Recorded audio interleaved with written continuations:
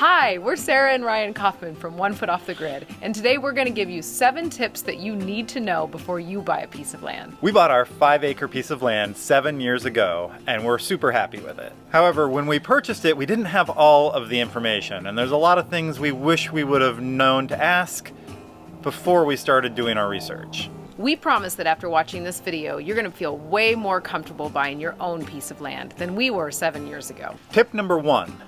Make sure to go and visit your land on site to get a feel for the terrain. Sometimes this can be hard because it requires traveling, but it's really an important aspect of understanding what's usable on your land. For example, on our property, there was a huge amount of area that was sloped. So our 5 acres piece of property only has about 2 to 2.5 acres of usable land. What you can do if you're in the kind of pre-diligence stage, you can use Google Earth, and that's really helpful to use their terrain tool. And make sure to download the app to your desktop, and you can go in and you can get a good feel for what the terrain is like before you have a chance to visit on site. And like Ryan said, make sure that you really know what's going to be usable on your property. So we have a 5-acre piece of property, but really only about 2.5 acres of it is actually usable. But this is actually really nice for us because it's right in the center, and it gives us a really nice setback from our neighbors and gives us the privacy that we want out of our piece of property. Okay. Tip number 2. Make sure you know about the maintenance that's going to come along with your piece of property. We went into this kind of being like, this is great. It's a piece of property. It'll take care of itself. It's the forest. The forest knows what to do. Nope. Unfortunately, the forest will take over every area that you really want if you don't maintain it.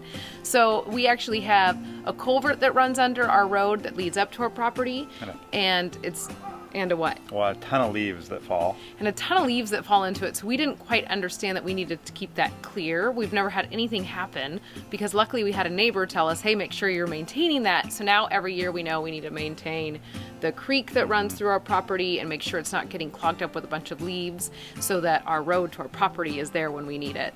And then another thing that's huge where we are, which might not be in your area, is blackberries.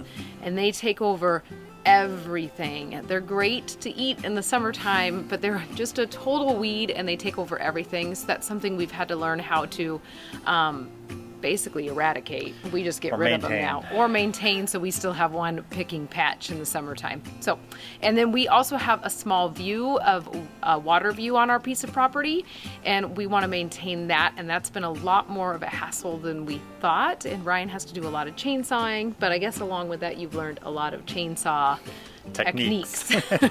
Tip number 3.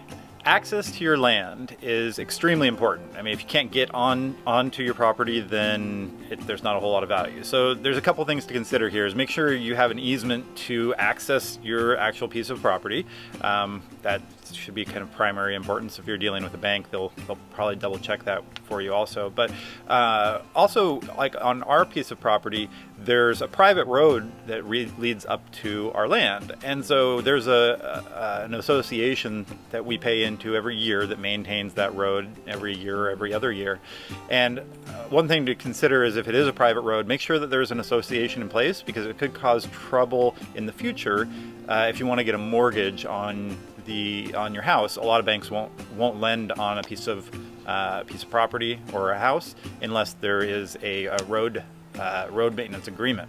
So that's something to check. We knew there was one there, but we didn't really understand what the importance of it was. So hopefully that tip helps you when you're looking for your piece of land. Tip number 4, know what utilities are already on your property and if you can get cell service at your property. You need to know about cell service because if it's something that you want up at your property, sometimes if you're far enough out in the country, there's not a place for it. So you need to figure out if you have it there, if it's a need for you. If it's something that you don't need on your land, obviously you don't need to worry about it. If you don't get cell service when you're out there checking the property, then just check in with your neighbors because sometimes you may have one carrier and your neighbors have a different carrier that will work for you instead. So that's an easy fix. The other thing is all of the utilities. You need to know what's on your property already. And if there's nothing on your property, when we bought ours, there were no utilities in place. And we didn't really consider the cost of putting in your electrical and your well and your septic. So that's something that you need to check in about, like how much is it actually going to cost if you don't have those utilities in place? The major considerations are going to be water, electrical, and septic. So for your water, a really good tip is you can check your well logs, which are usually public records for your county, and you can see what your neighbors have had to drill down to to get water. And so that'll give you a pretty good idea of what level you're going to have to go to hit water as well. On our piece of property, we had to go down 278 feet. And that's actually a little bit less than what they kind of anticipated at about 300, but was consistent with what our neighbors were. So we were able to have a pretty good estimate of what that was going to cost us before we agreed to start the drilling. Of course, there's always those outlier cases. I think one of our neighbors, they expected that they were going to hit water at about 200 feet and ended up going to 300. So that pretty much increases the estimated cost by 1/3. So it's good to have an idea of what your expectation is, but it's not a guarantee. The other thing to consider is septic, and septic is usually there's 3 main systems that we had explored. The first one is a gravity system, the second one is a pressure system, and then the third one that we looked at was a mound system. And it all depends on when the septic engineers come out and they're going to do a test dig, which they test like the percolation of the soil to see. They run their calculations and see what system was best. In our case, we were right on the line. In our county, they don't really allow gravity systems, and it seems like that's what more and more counties are not allowing gravity systems anymore. So you'll have to check with your utilities, but we were on the fence between a pressure system and a mound system. A mound system is kind of like what it sounds, a big mound that sits up on top of the of your property. So it gets in the way for a couple reasons. Now you have something in your way, and it kind of is an eyesore, and it also costs about twice as much as a pressure system. So in our case, we were just on the line, like I said, but we were able to get approval for a pressure system, and that worked out really, really well for us. The last thing is electrical, of course, and electrical, you'll want to talk to your local PUD. In our case, we had a kind of funny story. I talked to the PUD, and they gave me a quote, told me what the first step was going to be, and I said, oh, okay. So I submitted the application with my $200 or something it was, and I was kind of surprised that, like, hey, I thought it was going to be a lot more expensive than that. Well, it turned out the $200 was just for their engineer to come out and find the best route to run the electrical and kind of scope out the service. And then that was for them to basically give us a bid. So our bid ended up being about $5,500, and we had to put the trench in before they got there, which was an extra $300 or $400 as well. So in our case, I was off by a factor of, I don't even know what, 100? Is that what? Yeah. I was off by a lot, but but anyway, we got that taken care of. So make sure you talk with your utilities, electrical, septic, and your well drillers. Those are going to be some major considerations in what it costs to get utilities. The other thing is we didn't really talk about, but internet. So on our piece of property, they had just ran 2 years ago.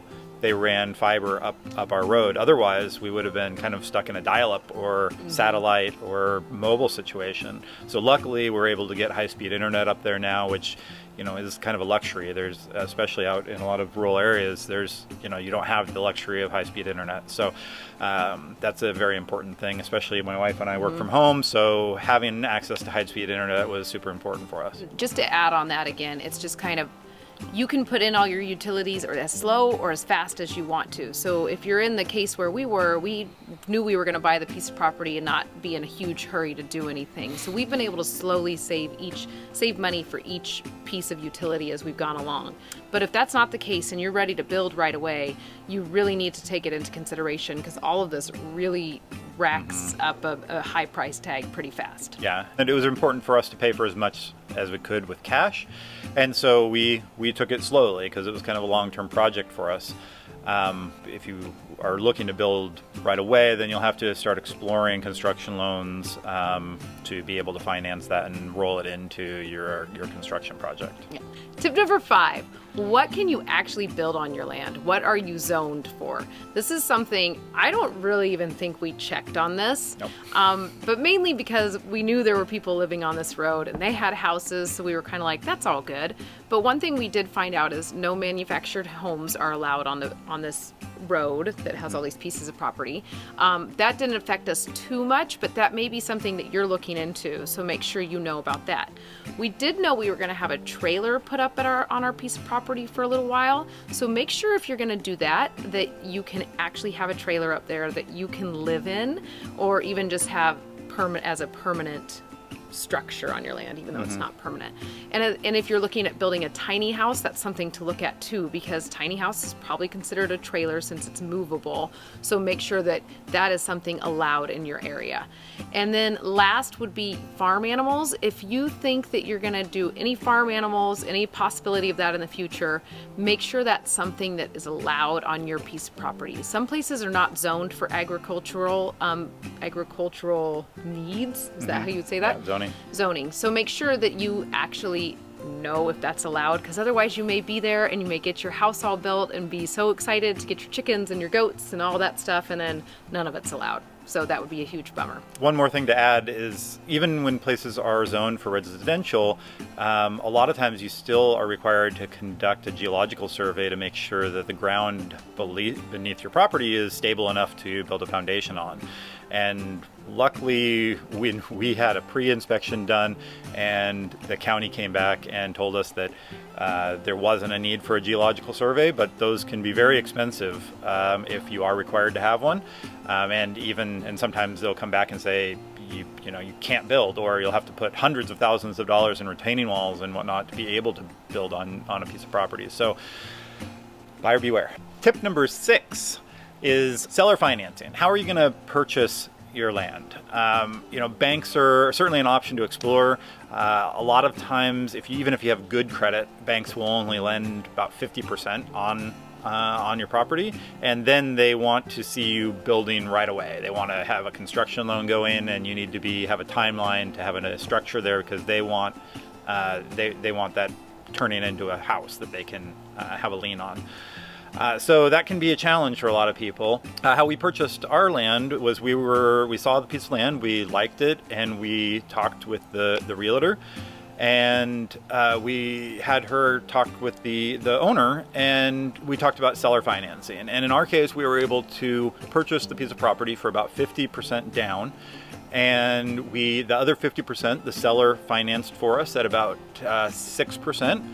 And we did that for a period. We had 3 years of payments on a 30-year amortization, and then there was a balloon payment after the end of 3 years. So at the end of that 3 years, we had to pay what was left of our total payment on the piece of property. Yes. Yeah, in our case, we were able to get an extension for a couple of years. So we actually were able to make payments on it for 5 years and then make our balloon payment. And so when you're talking about an amortization, it's as if we were paying the payments over a 15 or 30-year period of time. So that's what those payments would have been every year if we had 30 years to pay it off. Then you have to pay a balloon payment, makes all the rest that is due at the end when that balloon payment starts. So, and that's the thing too, if you are like, I'm not a numbers person and Ryan is, So a lot of times as we were dealing with all this, the realtor saying all that and Ryan's going back and forth, and I didn't understand any of it. So make sure too that if you're part of a partnership that's going into this together, make sure you really know the other side, even if it's super boring to you. We laugh because it's super boring to me. And it just make it be explained over and over, because I needed to know that in 3 years we were going to need a big sum of money to be able to pay that final payment. So I kind of knew it was coming, Ryan knew it was coming, and we were ready for that. Yep. So tip number 7. Check comps. Now, what does that actually mean? It means check the other pieces of property that are around or near you and see what they sold for. And also know, did they have utilities and you don't have utilities? Because that's something to factor into on the total selling price. Another point is ultimately you're responsible for knowing that information. Realtors can be a great resource. Unfortunately, in our case, we relied on the information that the realtors gave us on comps in the area. And only after we closed did we realize that there was a really great comp that had only sold a year before, which was the lot right below us. And it sold for about the same price that we paid for ours, except for it already had electricity pre-ran, which is $5,000 to $6,000 worth of value. So if we would have had that information, we probably could have negotiated a little bit better of a deal, because we would have been armed with the comp information. So always double check yourself, or really press your realtor to make sure that they've done all the research for you, so you have all the information to make the best decision and negotiate the best deal. Now you have 7 things to keep in mind when you're out looking for your own piece of land. We wish we would have had a video like this when we were looking, because it would have helped us not make as many mistakes. And I think we were actually lucky because we went into it with very little knowledge, and everything turned out okay. But it's really nice to have something like this in your pocket and have these little tips for you along the way. And to those of you that have already bought a piece of land, we'd love to hear what tips you want to add to this, or what funny stories you may have had along the way. Maybe you didn't know something that you wish you would have. It's always fun to start a dialogue below that people can check out too when they're doing their own research. If this video was helpful, make sure to like and subscribe, and make sure to click that little bell icon. That'll give you notifications when we put out new videos.